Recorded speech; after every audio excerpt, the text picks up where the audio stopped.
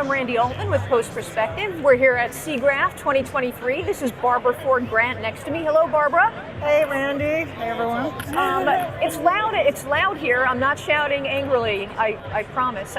So Barbara has been in the industry and coming to many SIGGRAPHs, and you've seen the trends over the years. What do you expect to be the biggest trend at this show?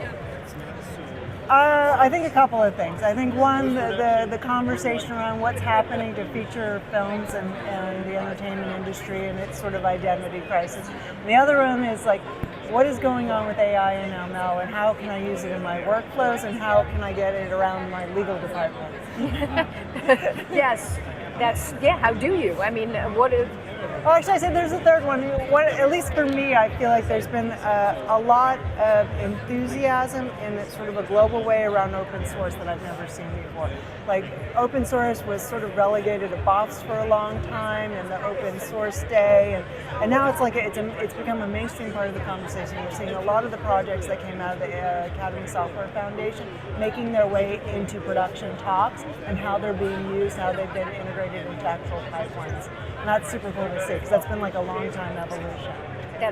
So getting back to AI and machine learning for a second, how do you, I mean, it's being used right now. I mean, people are a little nervous about it could be used for evil instead of good.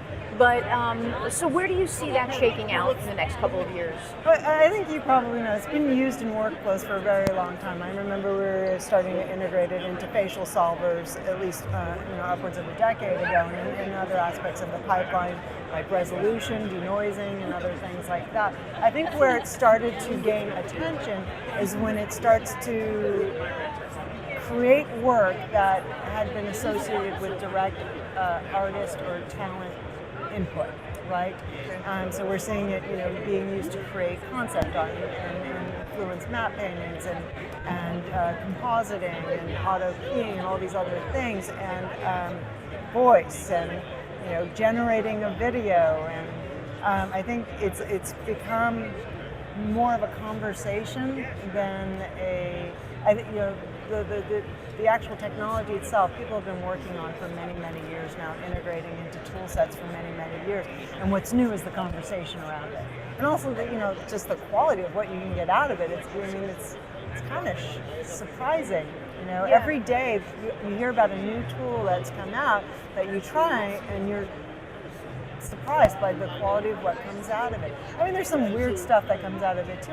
Sure. What I hope happens is that there's a lot of conversation about how to think about it, how to potentially use it in your tool set in a way that people are comfortable, that whether it's putting regulations in, putting in guardrails, that we figure out a way to make it easy to integrate in a tool set where the artist no longer have to worry, can I use it or can I not use it? Should I secretly use it?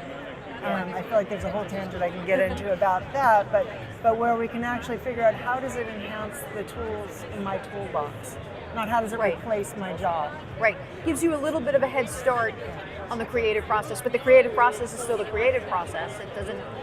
I mean, in a way, it should just be advancing how our creativity flourishes. Hopefully. Yeah. Right? Yeah. So yesterday you were involved in a Birds of the Feather event. Can you talk a little bit about that? Yeah, so Phil Galler, my partner in crime in virtual production, and I hosted what was the first virtual production of Birds of the Feather.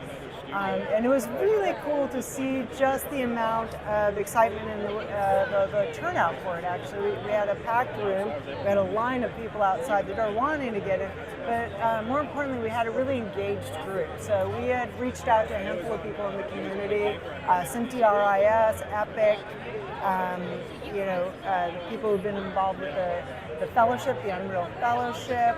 We had Lux Machina case study. We had Michaela from Mod Studio and JT Rooney from XR Studio. So we covered live ICV effects and real-time tools along with education, and just kind of opened it up for discussion we had probably 100 people in the room, and it ranged from everything from how do I learn about this to how do I do this without spending $20 million building a volume stage? And one of the great things was, after sort of the post-COVID gold rush around virtual production, we're actually talking about all the different ways to get access and think about using it and integrating it versus where do I buy the hardware, right? So I think it's nice to see a shift to workflows and the creative process from the hardware focus, because I think a lot of people feel like the LED is a piece of the equation, but it's kind of a step along a much longer path.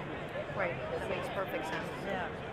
Barbara, thank you for coming by. I appreciate it. It's good to see you. It's good to see Yeah, you. have a good show, and thanks for having me on. Thank you.